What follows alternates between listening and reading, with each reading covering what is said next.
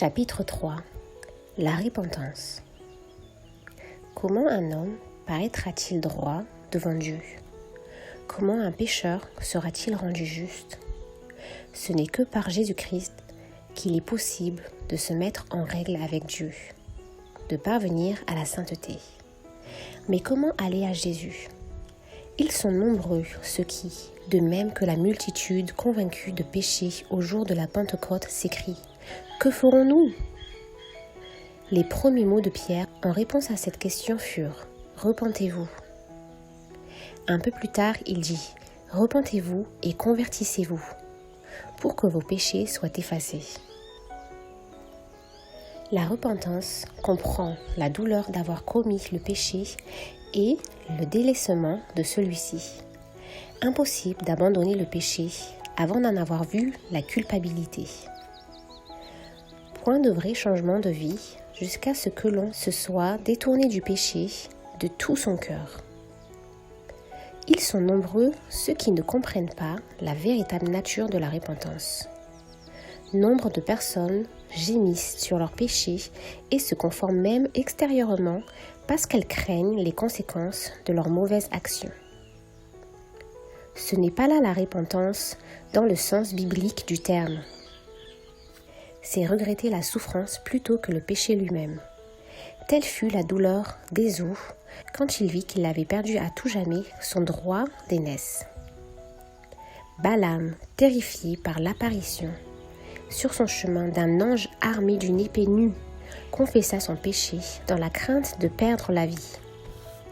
Mais il n'y avait pas chez lui un repentir véritable de ses péchés, pas de changement de disposition, pas d'horreur du mal. Judas Iscariote, après avoir trahi son Seigneur, s'écria « J'ai péché en livrant le sang innocent ».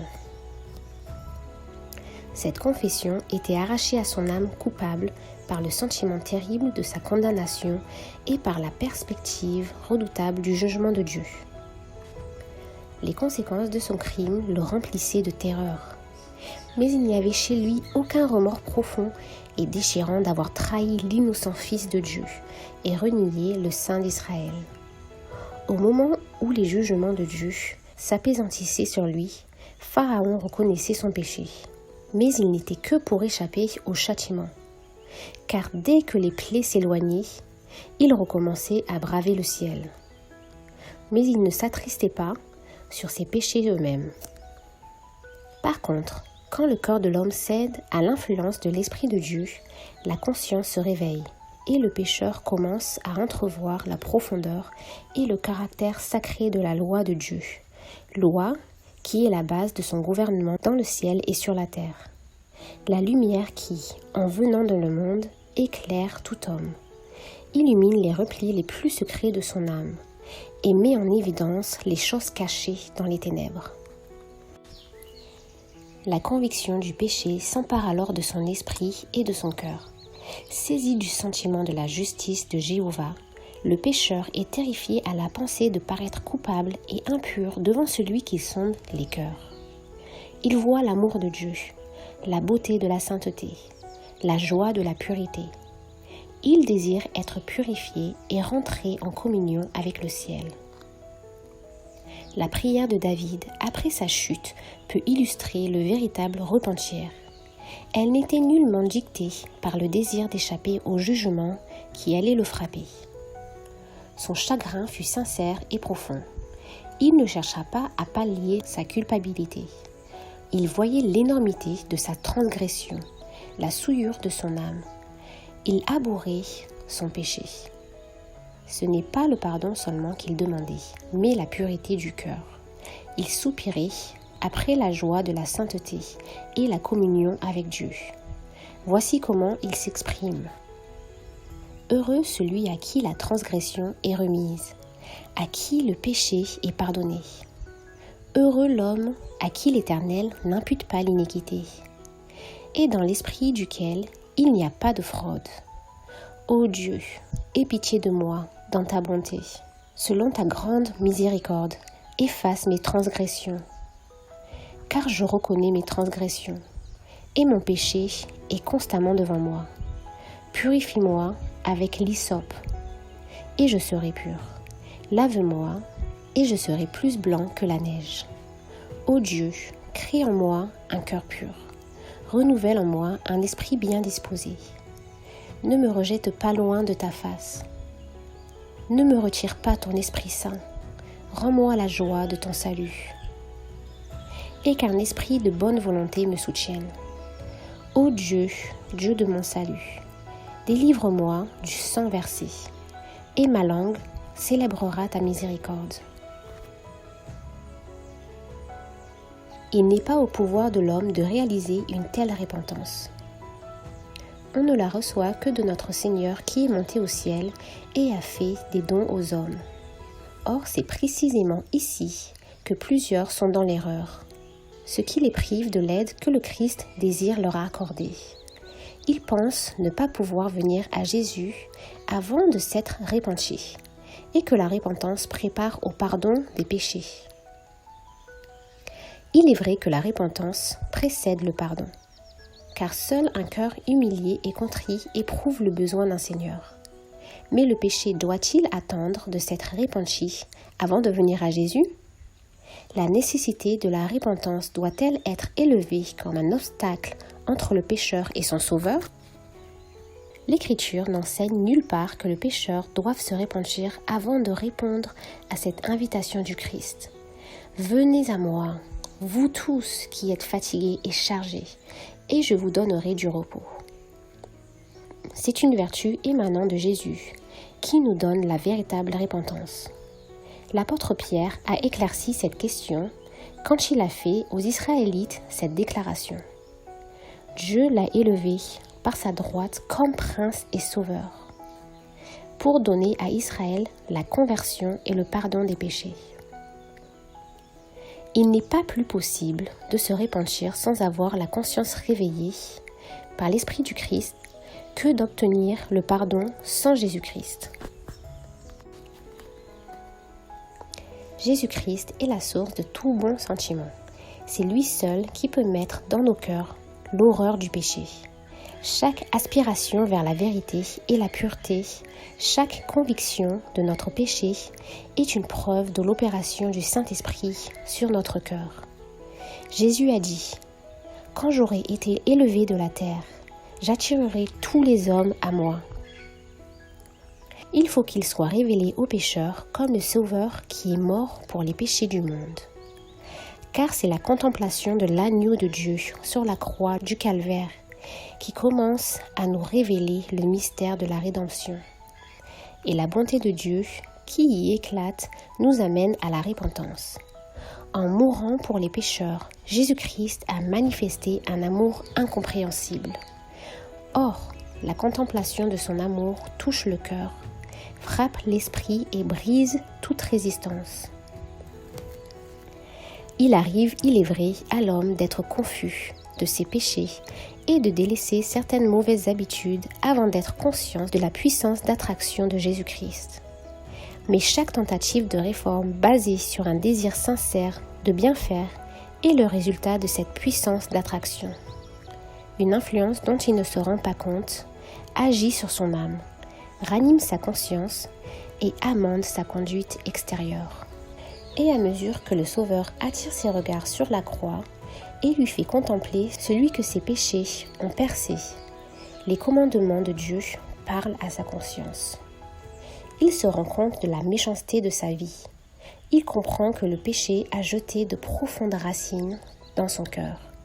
Il commence à entrevoir la justice de Jésus-Christ et s'écrie « Quelle n'est pas la noirceur du péché, puisqu'il a fallu un tel prix pour la rédemption de ses victimes. » Tout cet amour, toutes ces souffrances, toute cette humiliation, était-il nécessaire pour que nous ne périssions pas, mais que nous ayons la vie éternelle?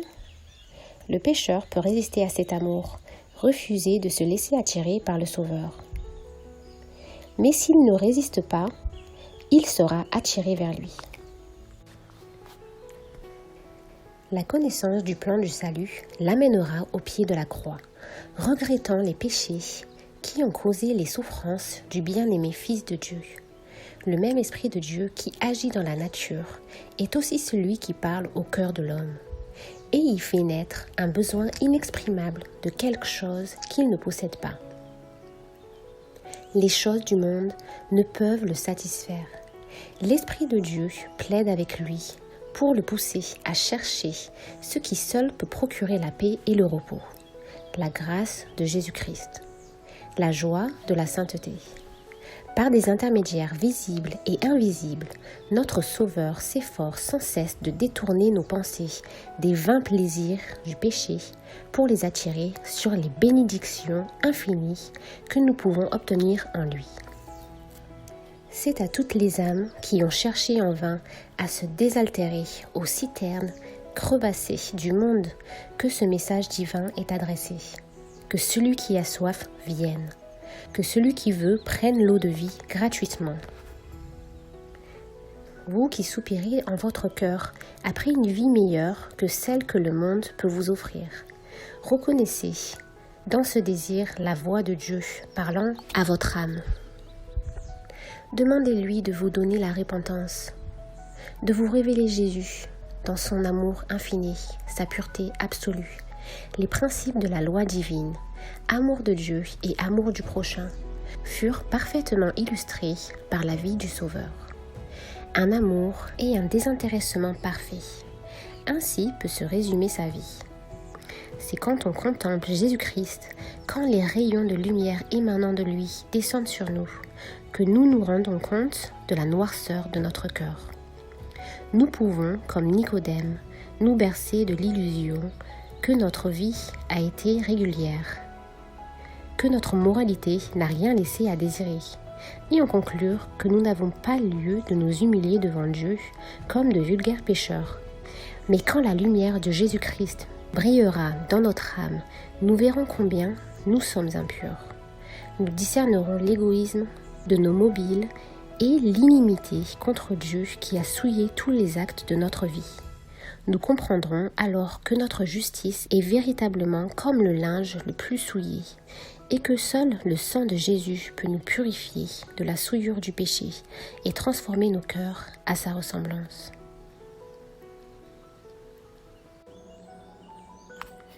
Un rayon de la gloire de Dieu, une lueur de la pureté de Jésus-Christ pénétrant notre âme, en fait douloureusement et nettement ressortir chaque tache. Il met en évidence la difformité et les défauts du caractère humain, les désirs non sanctifiés, l'incrédulité du cœur, l'impureté des lèvres, les actions déloyales du pécheur, actions qui outragent la loi divine, éclatent à ses yeux. Son esprit est humilié et affligé sous l'influence scrutateur de l'Esprit de Dieu. Il se rend en dégoût en présence du caractère pur et immaculé de Jésus. Quand le prophète Daniel contempla la gloire dont était entouré le messager céleste qui lui était envoyé, il fut comme anéanti par le sentiment de sa faiblesse et de son imperfection. Voici en quels termes il décrit l'effet que produisit sur lui cette contemplation. Je restai seul, et je vis cette grande vision. Les forces me manquèrent, mon visage changea de couleur, et fut décomposé, et je perdis toute vigueur. L'âme ainsi touchée éprouvera une profonde aversion de son amour du moi, et recherchera, par la justice du Christ, la pureté du cœur qui est conforme à la loi de Dieu et au caractère de Jésus. L'apôtre Paul, parlant de sa conduite extérieure, se disait irréprochable à l'égard de la justice de la loi. Mais quand il discerna la spiritualité de la loi, il se vit pécheur, à se juger par la lettre de la loi en l'appliquant seulement aux actes extérieurs, comme peuvent le faire les hommes, il se trouvait sans péché. Mais quand il plongea ses regards dans les profondeurs des saints préceptes et se vit tel que Dieu le voyait, il dut baisser la tête et confesser sa culpabilité. Étant autrefois la loi, dit-il, je vivais, mais quand le commandement vint, le péché reprit vie, et moi je mourus. En présence de la spiritualité de la loi, le péché lui apparut dans toute son honneur, et la bonne opinion qu'il avait de lui-même disparut. Dieu ne considère pas tous les péchés comme également odieux. Il y a pour lui, comme pour les hommes, différents degrés de culpabilité. Mais quelque insignifiant que puisse paraître tel ou tel péché aux yeux de l'homme, il n'est jamais petit aux yeux de Dieu. Le jugement de l'homme est partiel, imparfait, tandis que le Seigneur estime toutes choses à leur juste valeur. L'ivrogne est regardé avec mépris. On lui déclare que son péché l'exclura du royaume des cieux. Mais on est souvent moins sévère envers l'orgueilleux, l'égoïste et celui qui convoite. Et pourtant, ce sont là des péchés particulièrement odieux au Seigneur.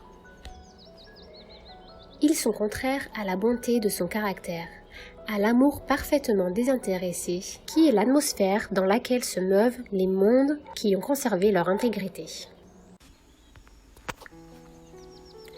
Celui qui tombe dans quelque faute grossière peut avoir le sentiment de son humiliation, de sa pauvreté et de son besoin d'un sauveur. L'orgueilleux n'éprouve aucun besoin. Il ferme son cœur au Christ et se prive des bienfaits infinis qu'il est venu nous apporter. Le pauvre péager qui faisait cette prière, « Ô Dieu, sois apaisé envers moi, qui suis un pécheur », se considérait comme bien mauvais, et ceux qui le connaissaient n'avaient pas meilleure opinion de lui. Mais il avait le sentiment de sa misère, et, sous le poids de sa culpabilité et de son opprobre, il se présenta devant Dieu pour implorer sa miséricorde. Son cœur était ouvert à l'action de l'Esprit de Dieu qui pouvait l'affranchir du péché. Par contre, la prière orgueilleuse du pharisien montre que son cœur était inaccessible à l'influence du Saint-Esprit. Vivant loin de Dieu, il n'avait pas le sentiment de sa propre souillure, en contraste avec la perfection de la sainteté divine, et ne désirant rien, il ne reçut rien. Si vous voyez votre état de péché, n'attendez pas de vous être rendu meilleur. Combien ils sont nombreux, ceux qui pensent n'être pas assez bons pour aller à Jésus. Vous imaginez-vous devenir meilleur par vos propres efforts? Un Éthiopien peut-il changer sa peau et un léopard ses taches? De même, pourriez-vous faire le bien, vous qui êtes accoutumés à faire le mal? C'est en Dieu seul qui est notre secours. N'attendez pas que la conviction devienne plus forte ou que l'occasion soit plus favorable, ou bien encore que nous soyons moins mauvais. Nous ne pouvons rien faire de nous-mêmes. Il faut aller à Jésus tel que nous sommes. Mais que nul ne se séduise par la pensée que Dieu, dans son grand amour, sauvera même ceux qui méprisent sa grâce. Ce n'est qu'à la lumière de la croix qu'on peut voir le caractère excessivement odieux du péché. Que ceux qui prétendent que Dieu est trop bon pour rejeter les pécheurs portent le regard sur le calvaire. C'est parce que l'homme ne pouvait être sauvé d'aucune autre manière. C'est parce que sans ce grand sacrifice, il était impossible à la famille humaine de se soustraire à la souillure du péché. C'est parce qu'il lui était impossible de rentrer dans la communion des êtres saints et en possession de la vie spirituelle. C'est pour toutes ces raisons que le Seigneur a pris sur lui la culpabilité du désobéissant et qu'il a souffert à la place du pécheur. L'amour, les souffrances et la mort du Fils de Dieu témoignent de l'énormité du péché. Il déclare qu'il n'est pas possible de se soustraire à sa puissance et il n'y a d'espoir d'une vie meilleure que par l'abandon de l'âme à Jésus-Christ. Les impénitents s'excusent parfois en disant des chrétiens de profession « Je suis aussi bon qu'eux ». Ils ne sont pas plus désintéressés, pas plus sobres, pas plus circonspects dans leur conduite que moi. Ils se retranchent ainsi derrière les fautes d'autrui. Mais les défauts et les péchés des autres ne justifient personne. Car le Seigneur ne nous a pas donné un modèle humain et imparfait. L'Immaculé Fils de Dieu nous a été donné pour nous servir d'exemple. Et ceux qui se plaignent de la mauvaise conduite des chrétiens de profession sont précisément ceux qui devraient, par une vie plus noble, donner un meilleur exemple. Si leur conception d'un chrétien est si élevée, leur péché n'est-il pas d'autant plus grand? Ils connaissent le bien et ils refusent de le faire. Prenez garde à ne pas temporiser. Ne renvoyez pas le moment de délaisser vos péchés et de rechercher en Jésus la pureté du cœur. C'est précisément ici que des milliers de personnes ont commis une erreur fatale. Je n'insisterai pas à la brièveté et à l'incertitude de la vie. Mais il y a un terrible danger trop peu compris, à tarder de répondre aux appels pressants du Saint-Esprit. En réalité, ce délai est une décision de vivre dans le péché. Ce n'est qu'au péril de son âme qu'on peut tolérer un péché, quelque petit qu'il puisse paraître. Ce que nous ne vaincrons pas, nous vaincra et deviendra l'artisan de notre ruine. Adam et Ève se persuadèrent que de manger du fruit défendu, acte insignifiant, il ne saurait en résulter les conséquences désastreuses dont Dieu les avait prévenus. Mais cette légère infraction était la transgression de la loi sainte et immuable de Dieu, infraction qui sépare l'homme de son Créateur, et introduisit dans le monde la mort et tout son effroyable cortège de souffrances. Dès lors, siècle après siècle, notre terre a fait monter une clameur douloureuse, et la création tout entière soupire et souffre les douleurs de l'enfantement. Le ciel même a ressenti les effets de cette rébellion contre Dieu. Le calvaire est un monument du sacrifice inouï exigé pour expier la transgression de la loi divine. Ne considérons pas le péché à la légère. Chaque transgression, chaque négligence, chaque rejet de la grâce de Jésus-Christ réagit sur vous-même. Ils endurcissent le cœur, pervertissent la volonté, émoussent l'intelligence et non seulement vous laissent moins enclin à céder, mais moins aptes à répondre aux appels miséricordieux du Saint-Esprit. Plusieurs font taire la voix de leur conscience, alarmés en se persuadant que quand ils le voudront, ils délaisseront le mal. Ils s'imaginent qu'ils peuvent se jouer des appels de la miséricorde divine et rester néanmoins susceptibles d'en être touchés. Ils pensent qu'après avoir méprisé l'esprit de grâce, qu'après avoir jeté leur influence du côté de Satan, ils pourront, dans un moment de terrible extrémité, changer complètement de conduite. Mais cela ne se fait pas aussi facilement. L'expérience, l'éducation d'une vie entière ont tellement pétri le caractère qu'ils sont peu nombreux ceux qui désirent alors recevoir l'empreinte de Jésus. Un seul travers de caractère, un seul mauvais désir conservé obstinément neutralise à la longue toute la puissance de l'Évangile. Cette jouissance coupable fortifie l'aversion de l'âme pour Dieu. Celui qui témoigne pour la vérité divine une incrédulité tenace ou une stupide indifférence ne fait que moissonner ce qu'il a lui-même semé. Il n'y a pas dans toute la Bible un avertissement plus effrayant contre le danger de jouer avec le mal que celui contenu dans ces paroles du sage. Le méchant est saisi par les liens de son péché. Jésus-Christ est tout prêt à nous affranchir du péché, mais il ne force pas notre volonté. Si, en persistant dans la transgression, nous nous tournons complètement vers le mal, si nous ne désirons pas être affranchis, si nous ne voulons pas accepter sa grâce, que peut-il faire de plus? Nous nous sommes condamnés nous-mêmes en rejetant obstinément son amour. Il nous exhorte ainsi. Voici maintenant le temps favorable.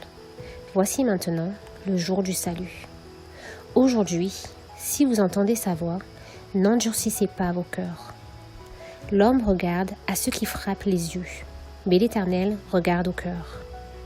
À ce cœur humain avec ses émotions contradictoires de joie et de tristesse, à ce cœur inconsistant et vacillant, qui recèle tant d'impureté et de fraude. Il en connaît les desseins, les intentions et même les mobiles. Allez à lui, tel que vous êtes. l'âme toute maculée. Avec le psalmiste. Ouvrez en toutes grandes les avenues à l'œil, auquel rien n'échappe, en vous écriant « Sonde-moi, ô Dieu, et connais mon cœur. Éprouve-moi et connais mes pensées. Regarde si je suis une mauvaise voie, et conduis-moi sur la voie de l'éternité. » Plusieurs acceptent une religion intellectuelle, une forme de piété, alors que le cœur n'est pas purifié. Que votre prière constante soit. Crée en moi un cœur pur, renouvelle en moi un esprit bien disposé. Agissez droitement avec votre âme. Soyez aussi sincère, aussi persévérant que si votre vie présente était en jeu.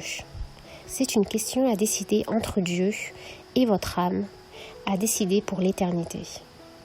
Une espérance qui repose uniquement sur des dispositions vous sera fatale. Étudiez la parole avec prière. Cette parole vous présente dans la loi divine et dans la vie de Jésus les grands principes de la sanctification sans laquelle personne ne verra le Seigneur. Elle convainc de pécher et elle révèle clairement le chemin du salut. Prenez-y garde. C'est la voix de Dieu parlant à votre âme. Quand vous verrez l'énormité du péché, quand vous vous verrez tel que vous êtes, ne vous laissez pas aller au désespoir. C'est pour sauver les pécheurs que Jésus-Christ est venu en ce monde. Nous n'avons pas à apaiser Dieu envers nous, puisque, ô amour insondable, c'est Dieu qui réconcilie en Jésus-Christ le monde avec lui-même. Il attire, par son tendre amour, le cœur de ses enfants égarés. Il n'est pas de parents terrestres qui sachent manifester envers leurs enfants la patience que Dieu exerce envers ceux au salut desquels il travaille. Nul ne pourrait plaider avec plus de tendresse auprès du transgresseur. Jamais lèvre humaine n'ont adressé aux égarés des supplications plus aimantes. Toutes ces promesses, tous ces avertissements ne sont que les manifestations d'un amour indicible.